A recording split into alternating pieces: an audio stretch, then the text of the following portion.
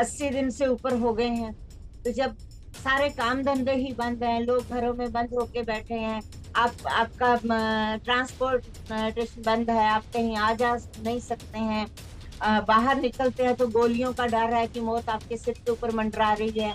जो मर गए हैं, उनकी डेड बॉडीज हॉस्पिटल में 2-2 महीने से पड़ी है, अभी तक क्रीमेशन नहीं होता है।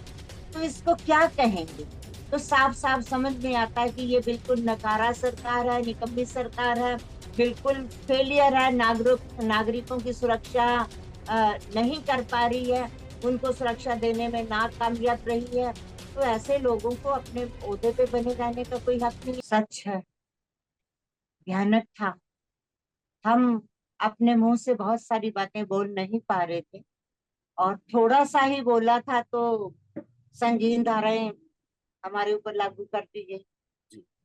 लेकिन उससे सच नहीं छुप सकता। अभी तो और भी डेंजरस चीजें जो हैं वो सामने निकल के आएंगी, क्योंकि इतना बुरी तरह से दबा दिया। जब आपने इंटरनेट जैसी सुविधा को उनसे छीन लिया, बंद कर दिया, तो लोगों के पास जो कुछ है वो अभी तक वो निकल के नहीं आ रहा। अभी एक दो कुकी बहनों की और भी एक स्टोरी जो है मणिपुर के अंदर, वो एक कार वॉश करने वाले जगह पे काम करती थी, तो उन दोनों को दरिंदगी भी हुई, उनके साथ उनकी जान भी ले ली, और उनके दोनों के माता पिता जो कुकी से, उनकी डेड बॉडीज हॉस्पिटल में मोर्चरी में पड़ी है।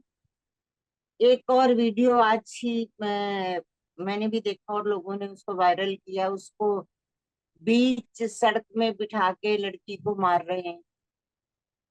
तो मालूम था, अंदाजा था हमका, कुछ कुछ लोगों ने दबी जुबान से भी बोला, कुछ जगह पे खुल के भी बोला, कुछ जगह शर्म है या आड़े आ गई। वो बोलना चाहती थी बहुत कुछ, लेकिन उनकी आंखों से बहता हुआ पानी बता रहा था कि वो बोलने की हिम्मत नहीं जुटा पा रही है। हम भी महिलाएं, और हम उस दर्द को बहुत अच्छे से महसूस कर पा रहे थे कि ये हमसे कहना क्या चाहती हैं। तो हालात अच्छे नहीं है। उस पर मणिपुर के मुख्यमंत्री वीरेंद्र सिंह जी जो ये बात कहते हैं कि इंटरनेट तो इसलिए बंद किया है क्योंकि हंड्रेड्स सिमिलर मैटर्स हैं। ये कहते हुए उस व्यक्ति की ना जुबान कंपी, ना दिल दहला, ना उसको रहम आया। तो भाई आप उस ओहदे के ऊपर क्यों बैठे हुए हैं? हमने तब भी यही सवाल किया, हम आज भी अपने सवाल पे, जब पूरा देश मणिपुर की तरफ देख रहा है और पूछ रहा है कि मुख्यमंत्री जवाब दो और इस्तीफा दो, तब भी भारतीय जनता पार्टी की केंद्र शासित सरकार उस पे कोई एक्शन लेने के लिए तैयार नहीं है। तो सोचिए कितनी बेशर्मी इनके अंदर कूट कूट के भरी हुई है। तो हादसे वहां पे बहुत हुए हैं, निकले अभी तो 2-3-4 ही हैं।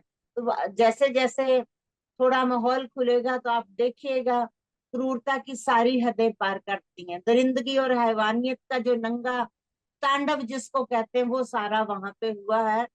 और बहनें बेटियां, मैंने पहले भी कहा था, डर और भय के साए में जी रही हैं।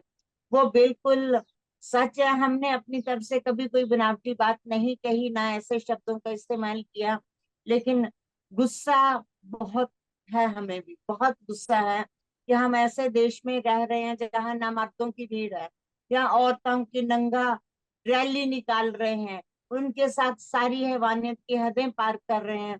तो क्या ये देवियों का देश है? क्यों झूठी झूठी दुर्गा माता की पूजा करते हैं? क्यों झूठी झूठी शेरा वाली फलाना नवरात्रे कर लो, ये कर लो, काली बाई की पूजा कर लो? अरे भाई ये पूजा पूजा छोड़ो, आप उनको एक इंसान मान लो, एक नागरिक मान लो, तो इतना काफी है। तो जाने कौन सी ताकत ये भीड़ दिखाना चाहती है। ये मॉब लिंचिंग जो भारतीय जनता पार्टी के जमाने से ही शुरू हुआ है, लोगों को अपनी जानें गंवानी पड़ी हैं, ये उसी वही भीड़ तंत्र है ये, जो किसी की परवाह नहीं करता जब आप उनको खुले आवारा छोड़ दो। तो जी मैं फिर कहूंगी कि जो मैती समुदाय है, उसकी आबादी 60% है, जी। 60% है फिफ्टी बहुतायत फोर में। परसेंट जी, 54%। जी। हाँ, लगभग 60 हम ये कह रहे हैं। जी। तो ऐसी स्थिति में घर उनके भी जले हैं, मकान उनके भी तोड़े गए हैं, बदले की भावना से कार्रवाइयां उन्होंने की हैं, जिसका ये परिणाम सामने आ रहा है। तो 35 बहनों के साथ और तरह के टॉर्चर तो हुए हैं, इस तरह का टॉर्चर हमारे सामने कोई आया नहीं है। ये हम सीधे सीधे कहें, वो बाकी सारी परेशानियों से वो जूझ रही हैं, ये बात सच है। अ, पर इस तरह की चीज हमारे सामने आई नहीं है। ये जितने भी वायलेंस इस तरह के हुए, वो सारे जो अभी तक निकल के आए हैं वो कुकीज बहनों के साथ ही है। परिणाम निकल के आ रहे हैं। मैथिज अपर कास्ट है, ये बात जी भी सच है। हम्म, और जब नागा और कुकीज का लड़ाई था एक जमाने में, तो तब मैथिज कुकीज समाज के साथ था। जी ठीक है। अभी अगर ये हालात आरएसएस ने पैदा ना किए होते तो ये नौबत आती ही नहीं, जब कुकीज और मैथिज से एक साथ मिलजुल के रहते थे, नागास के अगेंस्ट मैथिज कुकीज का साथ दे रहे थे, तो ये नौबत तो किसी सूरत में आनी ही नहीं चाहिए थी। तो इसलिए ये साफ साफ समझा जा सकता है, पहली बात। दूसरा, लोगों ने खुल के कहा है कि ये आरएसएस का हिडन एजेंडा है। ये शब्द मेरे नहीं है, आरएसएस का हिडन एजेंडा ये लोगों के शब्द थे, तो वो मैं कह सकती हूँ। मैं ये भी बता सकती हूँ कि भारतीय जनता पार्टी से जो इस चुनाव में उनके साथ जुड़े लोग थे, जिन्होंने उनकी सदस्यता ली, सक्रिय कार्यकर्ता हैं, उन्होंने खुद ने कहा कि वीरेंद्र सिंह को इस्तीफा देना चाहिए, और हम लोग अब इस दल में नहीं रहेंगे, क्योंकि जिस तरह से हमारे प्रदेश के हालात कर दिए। और वो 35 मार्च के थे। और राह चलते हमने ये भी देखा कि कमल के फूल के ऊपर लोगों ने कालिख पोत रखी है।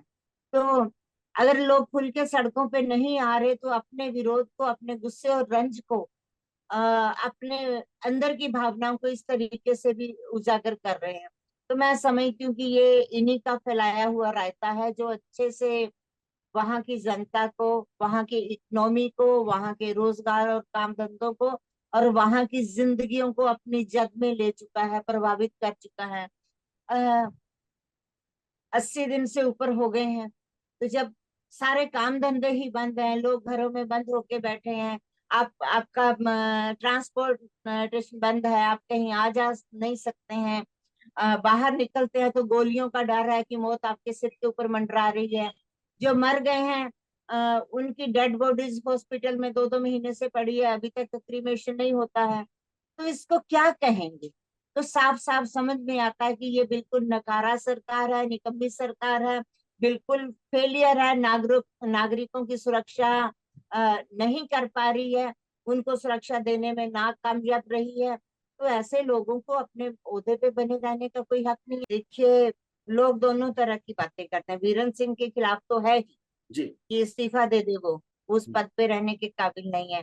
केंद्र सरकार को भी कोस रहे हैं, केंद्र सरकार को भी लोग कोस रहे हैं कि प्रधानमंत्री क्यों नहीं बोल रहा, क्यों नहीं वहां पे आ रहे, बाकी सब जगह पे यात्राएं कर रहे हैं, तो मणिपुर भारत का हिस्सा नहीं है क्या? जी तो लोग बोल रहे हैं, ऐसी बात नहीं, उनके प्रति भी उनकी नाराजगी है कि प्रधानमंत्री ने कुछ नहीं किया, अमित शाह ने कुछ नहीं किया हमारे लिए, वो बोले नहीं है, यहाँ आए नहीं है। राहुल गांधी तमाम बावजूदों के, अपोजिशन के नेता वहां तक पहुंच सकते हैं, तो क्या उनके लिए दिल्ली से इम्फाल कोई दूर है क्या? क्या जी उनको दोनों समुदायों के प्रतिनिधियों को बुला के बातचीत नहीं करनी चाहिए? या गृह युद्ध जो वहां पे चल रहा है उसको बढ़ते देना चाहिए? या उसका हल ये ढूंढ लिया कि आप हथियार बांट दो? तो ये सारी चीजें जो है इस तरफ की इशारा कर रही हैं। लोग अभी तो जितने ज्यादा दिन बीतेंगे उतना ज्यादा गुस्सा और आक्रोश बढ़ता जाएगा। हमने 1 जुलाई को इम्फाल के अंदर प्रेस क्लब में प्रेस वार्ता करते हुए ये सब बातें कही थी। जी हमने 3 जुलाई को दिल्ली में आकर ये बातें प्रेस मीडिया के सामने रखी थी, प्रेस नोट रिलीज किया था, उसमें भी ये स्टेट स्पॉन्सर्ड वायलेंस हमने कहा था, जी खुलकर कहा था। और जो कहा था वो अब सबके सामने है। तो जी सरकार रोकना चाहती तो बिल्कुल रोक सकती थी। छोटा सा राज्य है भाई, कोई बहुत लंबा चौड़ा जियोग्राफिकली इलाका नहीं है जहाँ पे आपको रोकना मुश्किल हो जाए, जहाँ आपने 8-10 तरह की फौज लगा रखी है।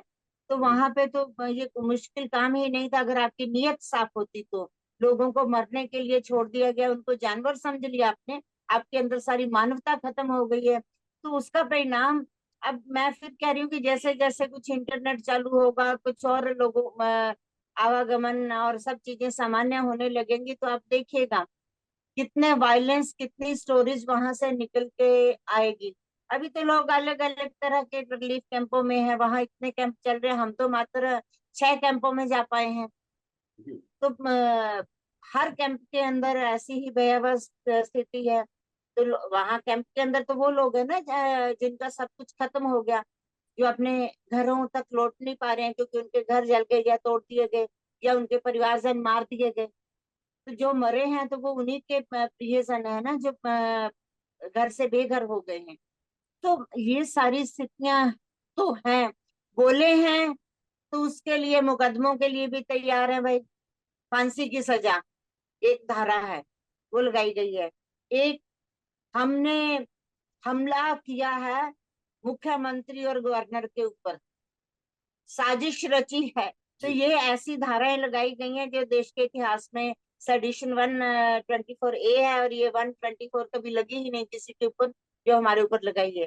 तो चुन चुन के धाराएं लगाई हैं, तो उससे कोई फर्क नहीं पड़ता। उससे आप सच बोलने से किसी को रोक नहीं सकते नहीं हैं। रोक और हमने जितना बोला है उससे कई गुना ज्यादा निकल के अब सामने आ रहा है। तो मैं समझती हूँ कि इन हालातों को रोका नहीं गया तो लोग किस स्थिति में पहुंचेंगे अंदाजा नहीं कर सकते हैं।